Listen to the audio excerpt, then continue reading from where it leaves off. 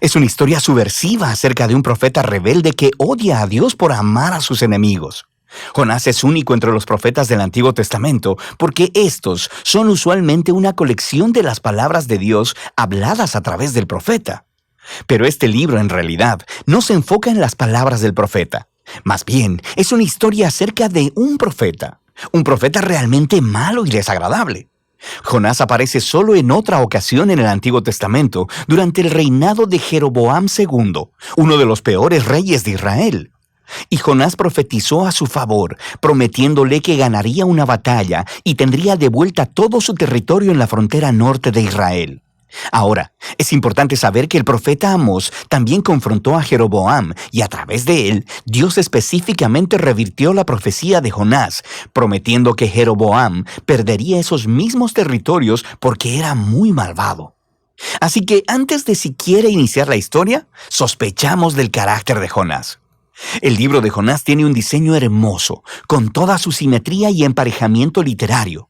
Así que tienes los capítulos 1 y 3 contando la historia del encuentro de Jonás con personas que no son israelitas. Primero con unos marineros y luego con los odiados enemigos de Jonás, los ninivitas. Y cada parte ofrece un contraste cómico entre el egoísmo de Jonás y la humildad y arrepentimiento de los paganos. Los capítulos 2 y 4 contienen las oraciones de Jonás. Una es una oración de arrepentimiento o algo así, y la otra es una oración en la que Jonás reprocha a Dios por ser demasiado bueno. Este cuidadoso diseño del libro es acompañado por un estilo narrativo realmente único. La historia está llena de personajes estereotipados que irónicamente hacen exactamente lo contrario de lo que piensas que harán. Tienes al profeta, el hombre de Dios, que se revela y odia a su propio Dios.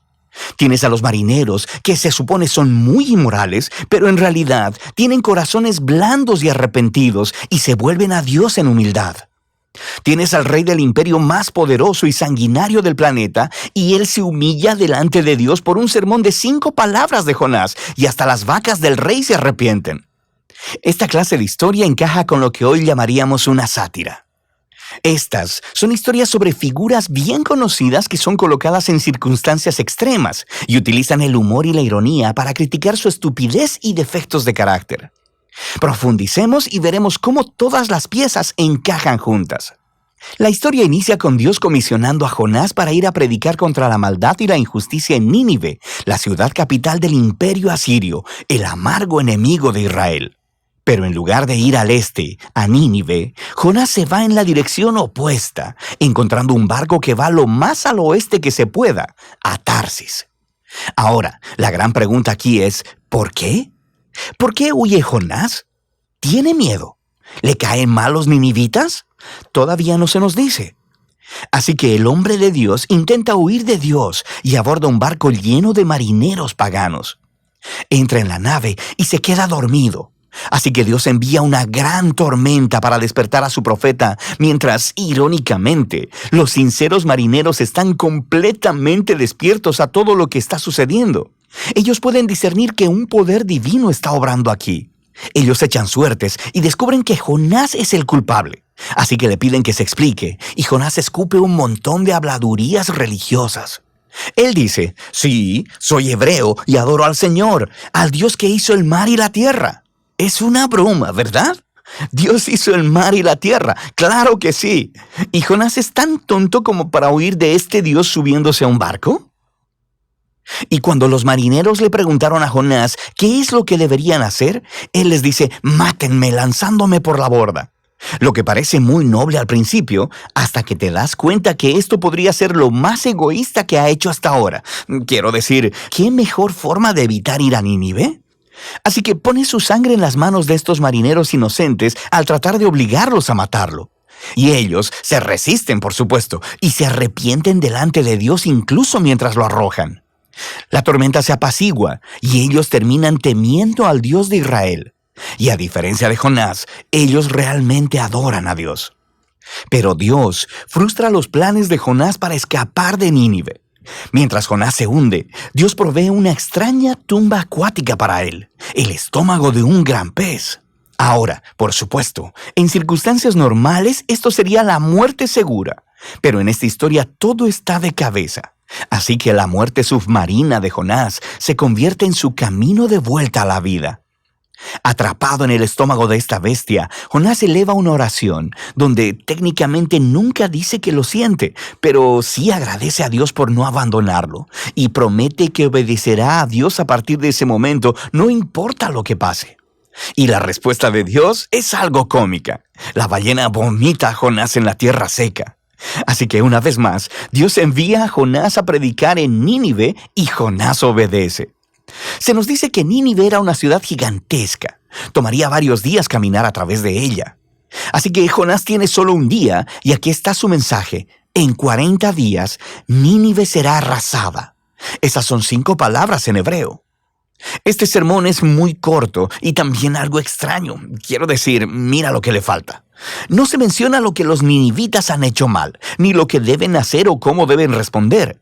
No hay mención de quién los destruirá, y lo más notable, no se menciona a Dios. ¿Qué está pasando aquí? ¿Está Jonás intencionalmente dando la mínima cantidad de información?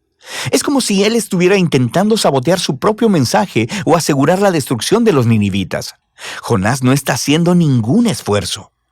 Sean cuales sean sus motivos, el plan no funciona, porque tan pronto predica su sermón de 5 palabras, el rey de Nínive y la ciudad entera, incluyendo a las vacas, se arrepienten en silicio y ceniza. Así que, por segunda vez, esos paganos malvados muestran que son más sensibles que el mismo profeta de Dios. De manera que Dios perdona a los ninivitas y no destruye la ciudad. Ahora, aquí tenemos la parte brillante de la historia. La última palabra del breve sermón de Jonás, arrasada, significa allanada. Y puede referirse a una ciudad siendo arrasada o destruida como Sodoma y Gomorra. Pero también puede usarse para referirse a algo siendo transformado, cambiado en su opuesto. Así que, cómicamente, las palabras de Jonás se vuelven realidad, pero no de la manera en que él esperaba. Nínive sí fue arrasada, conforme los enemigos de Jonás se arrepienten y encuentran la misericordia de Dios.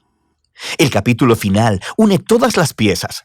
Jonás está completamente enojado y eleva su segunda oración. Primero le dice a Dios la razón por la que huyó en el capítulo 1.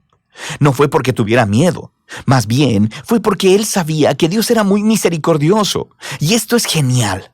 Jonás cita la propia descripción de Dios de sí mismo del libro de Éxodo y se la echa en cara a Dios como un insulto.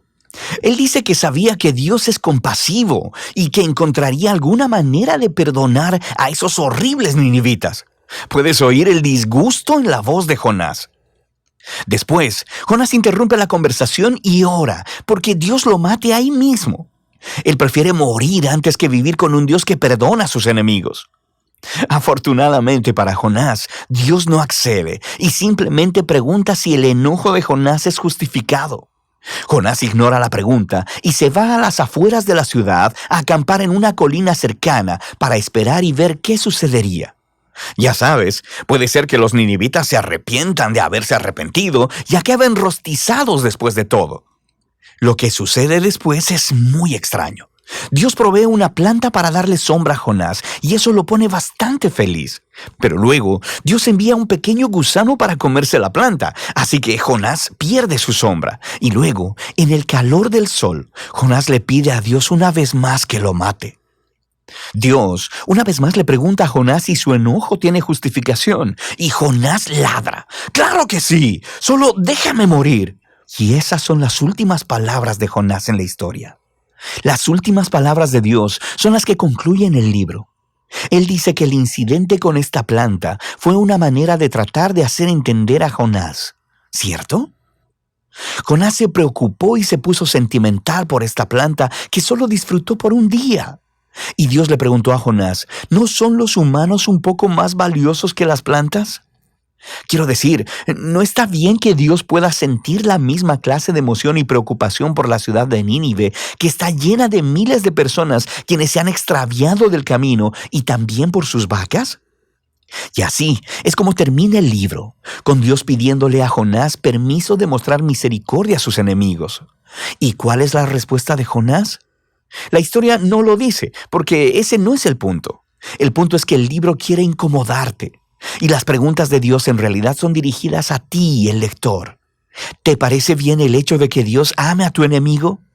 Así que este libro pone un espejo frente al lector. En Jonás vemos aumentadas las peores partes de nuestro propio carácter que deberían generar humildad y gratitud porque Dios ama a sus enemigos y porque soporta al Jonás que hay en nosotros. Así que esta extraña historia se convierte en un mensaje de las buenas nuevas sobre la grandeza de la misericordia de Dios, lo cual debe retarnos hasta lo más profundo. Y ese es el libro de Jonás.